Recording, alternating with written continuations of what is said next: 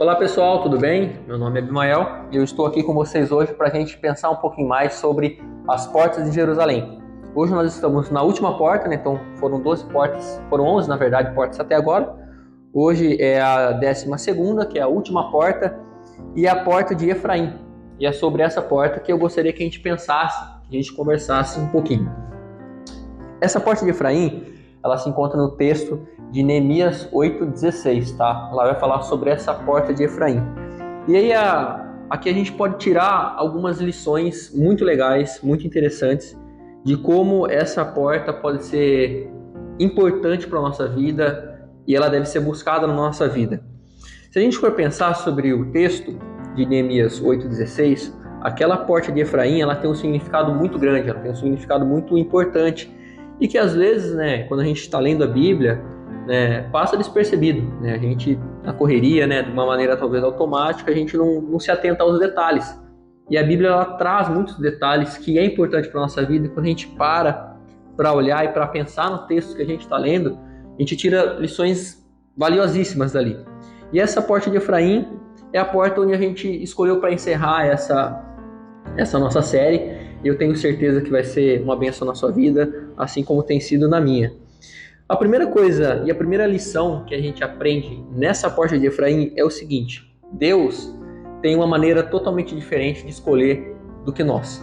Então, a maneira como Deus faz a sua escolha não é igual a nossa. Um texto muito clássico que eu gosto bastante está lá em 1 Samuel, no capítulo 16, o versículo 7, que vai dizer o seguinte. Antes de eu ler o texto, só para a gente lembrar, esse é o momento onde Samuel vai ungir um novo rei para Israel. Ele vai até a casa de Jessé.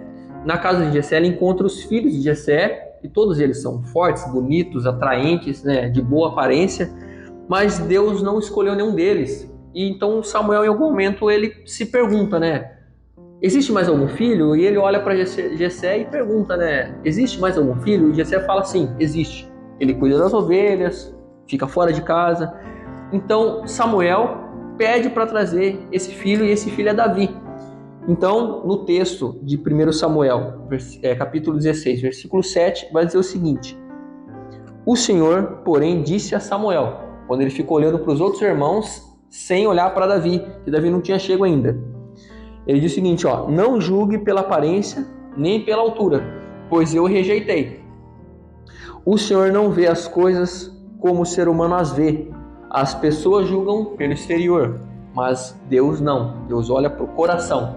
Então essa é a primeira lição que a gente pode aprender aqui nessa porta de Efraim. As escolhas de Deus são diferentes das nossas escolhas. Deus vê algo além. Deus vê algo muito mais do que o externo, do que o aparente. Deus vê o interior. E você vai ver na história ali de Davi, né, que Deus olha para Davi e fala que encontrou nele um coração sincero. Davi foi um homem segundo o coração de Deus. Ali estava a sua maior riqueza. Não era a sua força, não era a sua aparência, a sua estatura. E aí a gente vai pensar sobre algumas coisas do porquê as escolhas de Deus são diferentes das nossas escolhas ou dos nossos padrões. Deus escolheu Abel e não a Caim. Deus escolheu Isaac e não a Ismael. Deus escolheu Jacó e não Esaú. Deus escolheu Efraim e não Manassés. Deus escolheu a mim, Deus escolheu a você, Deus nos escolheu para a gente poder cumprir o seu propósito. E aí existe um pensamento que eu quero deixar para você, né? Por que a escolha de Efraim? Se você for pensar a escolha de Efraim, Efraim foi o segundo filho de José. José, que cresceu com seus irmãos e foi vendido para o Egito. Passou um tempo, ele se tornou ali o segundo no reinado ali de Faraó, né? Faraó colocou ele como seu governante de todo o reino ali do Egito, e ali estava José. José naquela terra de solidão, de sofrimento, naquela terra de desafios difíceis, José teve 2 filhos ali, Efraim e Manassés. Mas antes, Manassés foi o seu primeiro filho. Ele colocou o seu nome de Manassés, e o nome Manassés significa Deus me fez esquecer. Porque ele esqueceu daquele seu passado, onde ele foi vendido pelos seus irmãos, ele foi ignorado pelos seus irmãos. E quando ele teve o segundo filho, ele colocou Efraim. E o nome Efraim significa Deus me deu fruto, Deus me fez prosperar. E é tão interessante, porque se a gente for pensar nisso, a gente vai poder olhar no texto de Gênesis, 41, capítulo 41, versículo 50 ao 52, que vai falar sobre o nome dos filhos de José. Mas se você for olhar para toda essa história, você vai ver que em algum momento Jacó, que é o seu pai, ele vem para o Egito, né? Ele é chamado para o Egito. E José o leva para que ele possa abençoar os seus filhos. Então, José colocou ali Manassés do lado direito e Efraim do lado esquerdo. Por que o lado direito? Porque o lado direito era o primogênito, era quem tinha a porção dobrada da herança, das bênçãos, das promessas de Deus. Mas no momento em que Jacó foi abençoar os seus filhos, Jacó ali cruzou os braços e ele colocou a sua mão direita sobre a cabeça de Efraim, que era o filho mais novo, que era o segundo filho, e a sua mão esquerda sobre Manassés. Naquele momento, José ficou estranho, né? Aconteceu algo errado. E ele tenta corrigir Jacó, e Jacó se mantém. Jacó fala, não, Efraim vai ser superior a Manassés. E assim foi. Efraim foi muito mais abençoado do que Manassés. Efraim foi muito mais poderoso do que Manassés. Efraim cresceu muito mais. E aí ali a gente tira uma lição grandiosíssima, que a gente pode olhar para Romanos 11, que é quando o povo rejeitou a Deus. O povo de Israel rejeitou a Jesus, rejeitou o seu Messias. Quando ele rejeita o seu Messias, ele abre uma porta para nós, os gentios.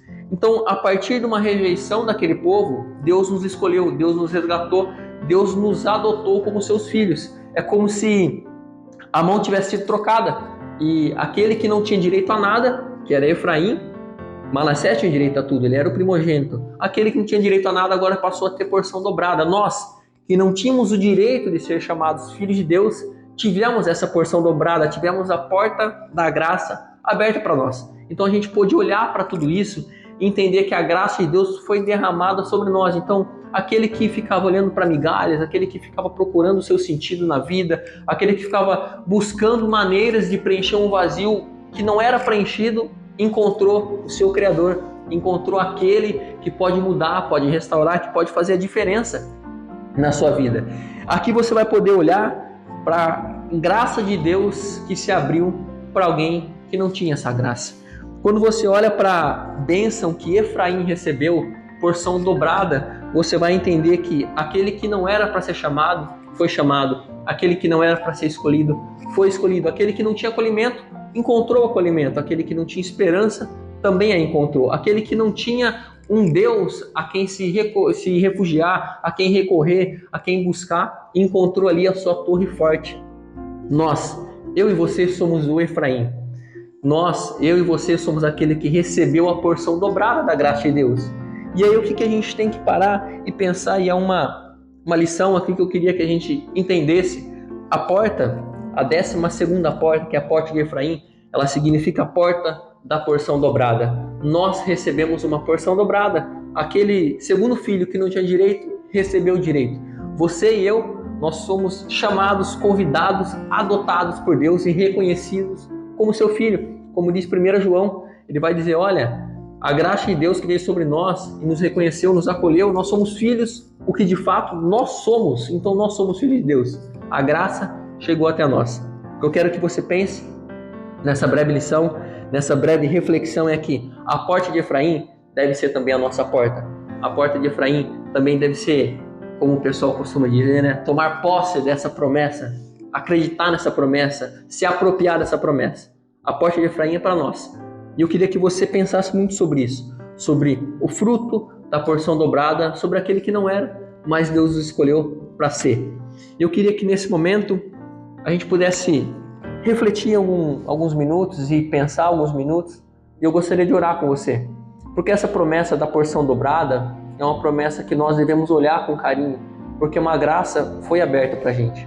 A porta foi estendida e basta abrirmos essa porta, né? Colocar a mão na maçaneta e aceitarmos e entrarmos por essa porta. Então eu queria que agora a gente orasse e que essa lição ficasse no seu pensamento, ficasse no seu coração, que você pudesse refletir sobre isso. Aquele que não tinha, agora tem. A graça foi derramada.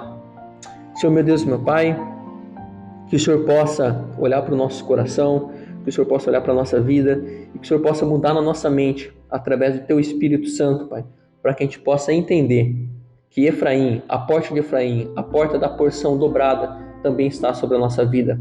A graça foi derramada, a graça abriu essa porta para que a gente fosse aceito, acolhido e nos tornássemos filhos de Deus.